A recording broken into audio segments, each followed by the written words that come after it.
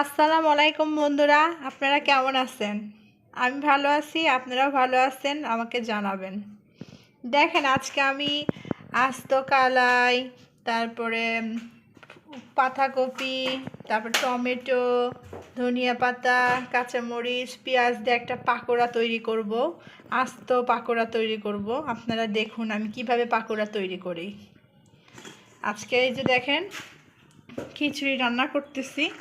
খিচুড়ির সাথে আমি ওই পাকোড়াটা খাবো, এই জন্য।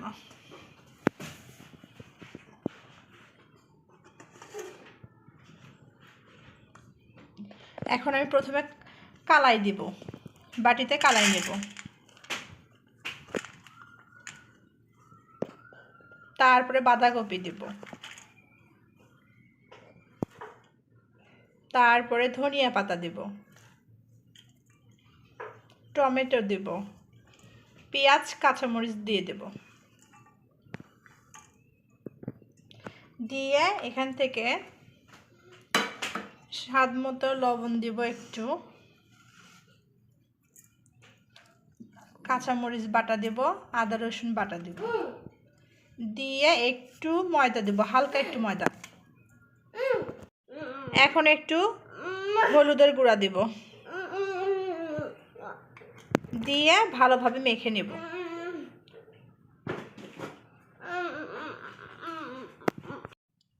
এখন আমি ভালোভাবে মাখায় নেব। আপনারাও এভাবে বাড়িতে পাকোড়া তৈরি করলে এভাবে মাখায় নেবেন, দেখবেন খুব একটা মজাদার রেসিপি হবে। আমি যেভাবে পারি আপনাদের সাথে সেভাবেই শেয়ার করলাম।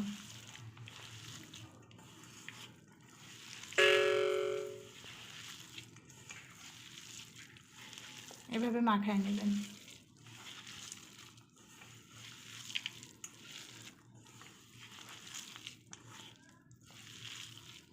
বন্ধুরা, আমাদের মাখার পর এরকম একটা কালার চলে আসছে। আপনারা এভাবে মাখে নিয়ে আপনারা পাকোড়া দেবেন। এইভাবে তেল গরম হয়ে গেলে এরকম করে পাকোড়া দেবেন।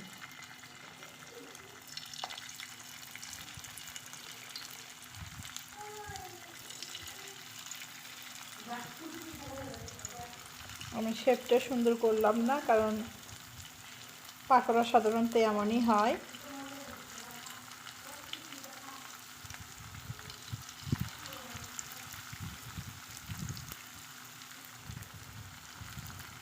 এরকম পাকোড়া শেপটা তৈরি করবেন।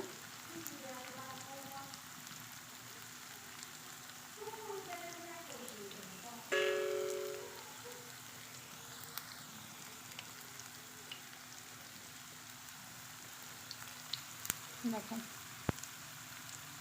এভাবে আপনারা আস্ত কালারে পাকোড়া তৈরি করবেন।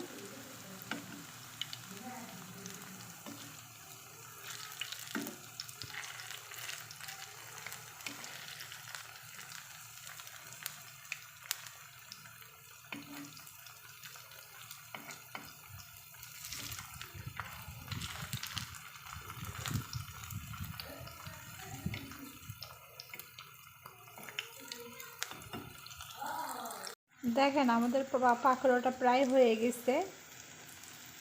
দেখেন লাল হয়ে আসছে। এখন আমি উঠায় নেব।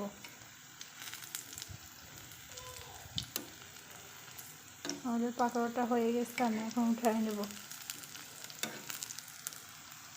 এই দেখেন কালারটা কত সুন্দর আসছে।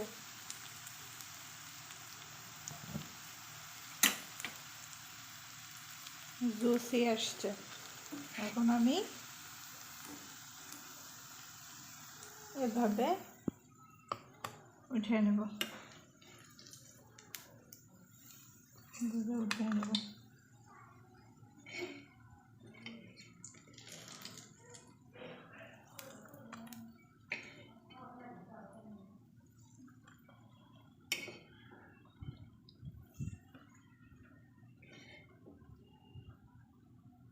এই যে দেখেন বন্ধুরা, আমার পাকোড়াটা তৈরি করা হয়ে গেছে। এরকম কালার আসছে। আপনারা এইভাবে বানিয়ে বাসায় বানিয়ে খাবেন। আর রোজে লাইক কমেন্ট শেয়ার সব কিছু করবেন। আর কমেন্টে আমাকে জানাবেন কেমন হয়েছে সেটা আমাকে জানিয়ে দেবেন। Tata, bye bye.